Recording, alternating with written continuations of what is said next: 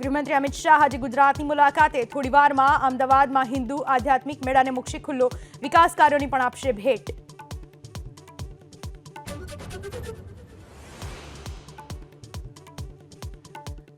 સ્થાનિક સ્વરાજ્યની ચૂંટણીને લઈને 16મી ફેબ્રુઆરીએ નહીં યોજાય જીપીએસસીની પરીક્ષા.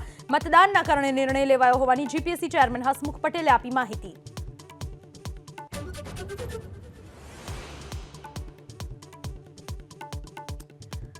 સોના ચાંદીના ભાવમાં આક્રમક તેજી. 700 રૂપિયાના ભાવ વધારા સાથે અમદાવાદમાં 10 ગ્રામ સોનાનો ભાવ 82,800, ચાંદીનો પ્રતિ કિલોનો ભાવ 92,000ની નજીક.